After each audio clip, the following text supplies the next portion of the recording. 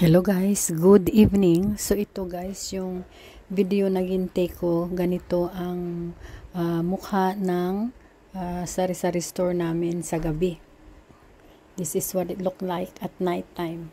So our sari-sari store has few lights we put, so the lights will blink at it will attract the eyes of the people so they can see it's a shop. So this is what it look like at night time, and we've done the tiles, and that's the new tiles that has been placed about few days ago. So this is what it look like. Welcome to our sari-sari store, Angel Wings store, that's what we call it. So ito guys ang aming sari-sari store. Bili na kayo, pasok mga suki, bili at enjoy sa sari-sari store namin. We sell load, Gcash, frozen foods, kitchen ingredients, not goods, and also a lot of snacks, and a lot of lollies, a lot of coffee, a lot of soap for laundry, soft drinks, ayan. So we had a chance to go in the mall quickly. We wanted to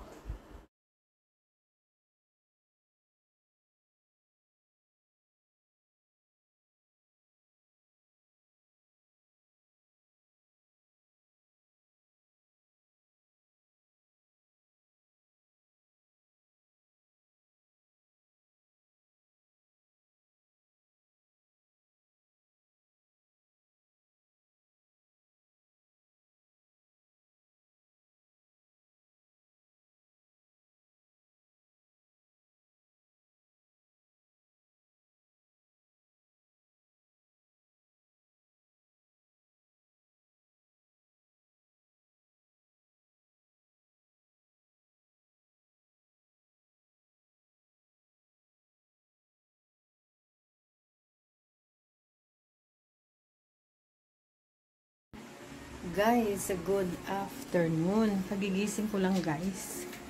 Ginising ako ni daddy kasi natulog ako. Tapos inaayos ko yung shop. Tingnan muna natin. Okay. So, ayan guys. May na tayo. New edition doon sa labas. Nagbalot ako ng uling. So, ayan guys. Nandito pa yung natin. Mangosteen. So, kakainin ko to later. Ang dami pa. So, nag-grocery kami ni daddy kanina para sa shop. Sandali lang naman kasi para na may lang guys. Replacement yung mga items na kulang. So, ayan. Ano ba ang binili namin kanina? Ito. Bumili kami nito kasi kulang na nga guys. Yung mga customer naghanap, kulang na tayo ng Oreo. Ang Oreo natin ay ito na lang. Dito na lang yun. So wala na. So dapat bibili na rin tayo niyan. Ilista ko na lang yung mga bibilhin. Ayun. Gagawa pa ako ng mango float. So ito. Ay, nabili na pala yung iba. Ay, nakabili na guys ng iba. Ay, ito pa siya. Okay, ayan. Ayun. So, Graham biscuits. Ayan guys, tingnan natin yung mga missing natin relatives. Ayan. Tapos, ito. Okay na. Ay, medyo kompleto na guys. Nag-school si Toto today. So, kami lang ni daddy na iwan. Pero, umalis kami sa sa mall. Sandali.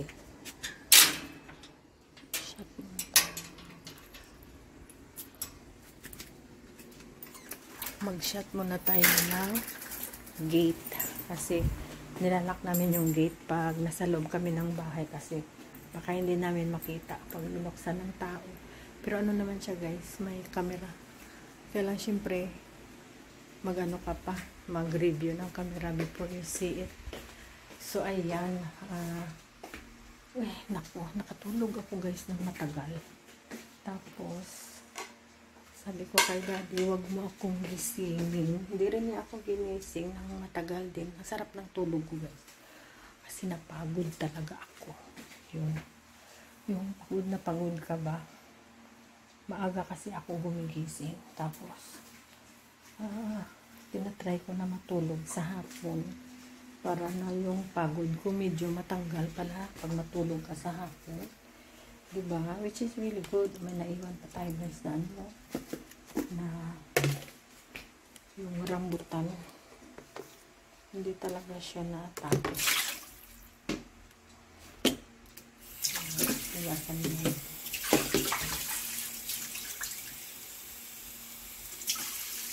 Ang daming prutas kasi na binili namin. So, kaya naging ganyan. Kasi ang daming prutas na binili in one go. Yun. So, hindi naman pala makain ng ng bilis-bilisan.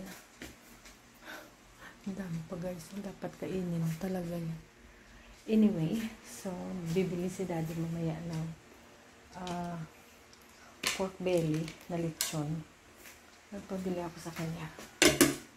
Sabi ko, bili ka mamaya pag yung yung medyo hapon-hapon. Yan ang maging dinner namin. Sana mayroon. Kasi pag wala, I feel like pork belly na lechon. I feel like. Yan. Parang nag-crave ako ng lechon belly. Tingnan lang natin kung mayroon. Kasi minsan wala.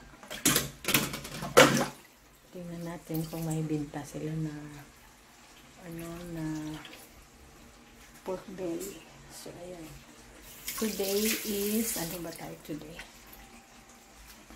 Today is, ano tayo? Wednesday, guys. Ayan. Nawala ko yata yung ano ko. Ito pala. Yung, na.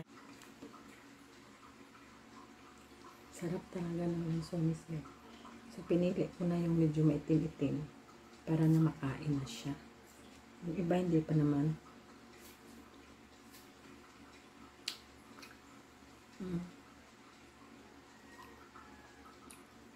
Dapat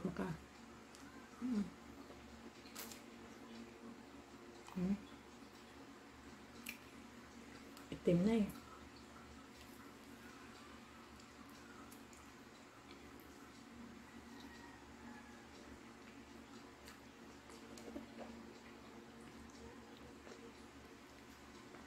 Ang bilis masira. 2 days lang. Hindi na siya. Hindi na niya kinaya.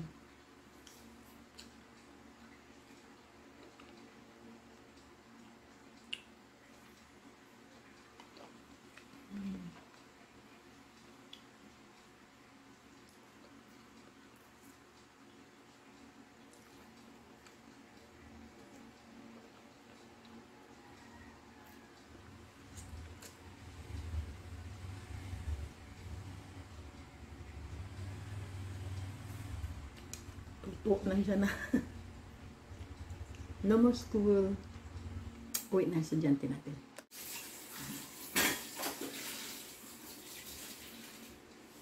Okay. Kasi mabispan. May kakarang lechon.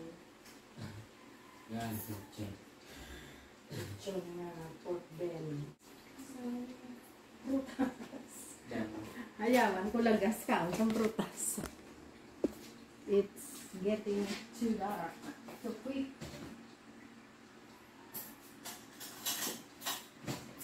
Too dark, too quick. Ang rambutan nag-too dark naman. Ayan.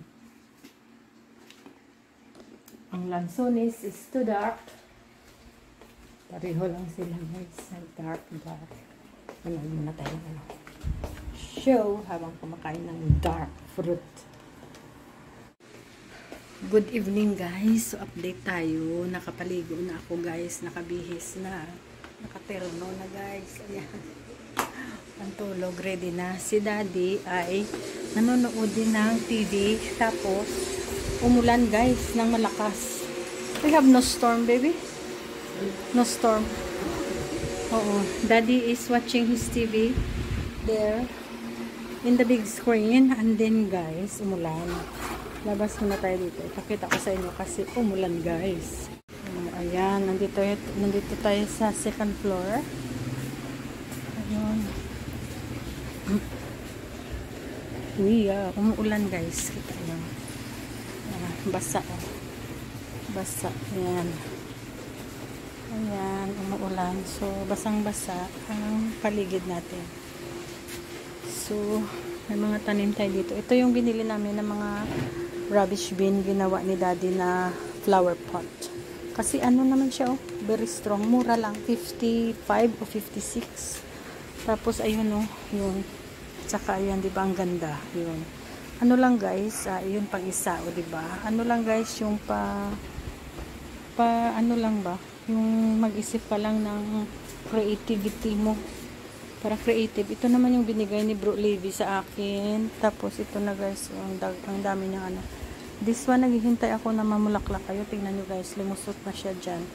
Galing din yan kay Bro Levi. Lahat na to galing kay Bro Levi. Ayun. So, ayan tayo guys. There we are. Ayan. So, basang-basa. Umuulan. Ayun. So, yan ang gabi namin. Hindi na kami lumabas today. I think tonight, mga 7 something na guys. So, ito yung mural na pinagawa namin noon. Nasa Australia pa kami. Hindi ko talaga napakita sa inyo. Tapos, ang ano nito guys, ay may story siya. May story ito guys. Yun. Tapos, ang story nito na mural, kami ito. Yan, ako niyan, si Daddy, si Andrew, ayan, si Troy, tapos si Hannah at saka si Mati andito underneath the umbrella.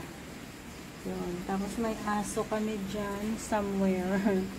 Yan. So ito guys ang story ng Muriel. Kami yan na mag-family. Kaya lang maliit masyado yung mga character dyan sa ilalim. Kaya siya ganyan. Ito ang aming dream life sa wall na to. Bali, living in the island with really peaceful environment. So, dito rin kami sa Philippines. Yan din ang naging buhay namin ni Daddy. So, kailangan lang namin ngayon yung mga bata pumunta dito sumunod at mag-holiday para maka-banding din kami sa kanila. Or else, kami talaga ang pupunta sa Australia para mag-banding sa kanila, di ba? So, kasi may mga trabaho sila. So, mahirap din. Mas maganda yung trabaho nila doon sa Australia kaya dito. Dito relaxing pagdating nila kung mag-holiday sila ng 3 weeks or 2 weeks, ganyan, o isang buwan, talagang holiday yan guys. Walang isip na trabaho, walang ano. Kaya lang pagdating nila doon, magmamadali naman sila kasi 1 month they have to catch up everything, mag-mower ng lawn, maglinis ng bahay, ayun, ganun. So, nadaanan ko noon yan. So, ganyan kami noon din. So, maano ko talaga, ma-feel ko yung mga bata, yung mga ganap nila. Pero, pag maka-holiday man lang sila at maka-rest man lang dito guys at maka-enjoy, yun na rin yung aim namin para sa kanila, o diba? So that's it, our vlog for tonight. Sana ay nag-enjoy kayo at ako ay dito sa veranda. Si Daddy nandoon sa loob, kumakain at nanonood ng TV. So enjoy your night, the rest of your night. Umuulan pero wala yatang bagyo guys. So happy Wednesday sa inyo lahat. Okay, so this is it, our life in Philippines, and this is your channel that you follow. I am a Filipina, of course, and my husband is Australian. So that's why we called our channel Pinay Australian Couple. I think it suited us, and I think we're gonna keep that title. We had so many titles in our channel. So ayan guys. Okay, so we shall see you guys in our next one. Hope that you have enjoyed. This is our day for today. It's been busy, but it's been good. See you in our next vlog. Bye guys! Thank you for watching. Bye bye now.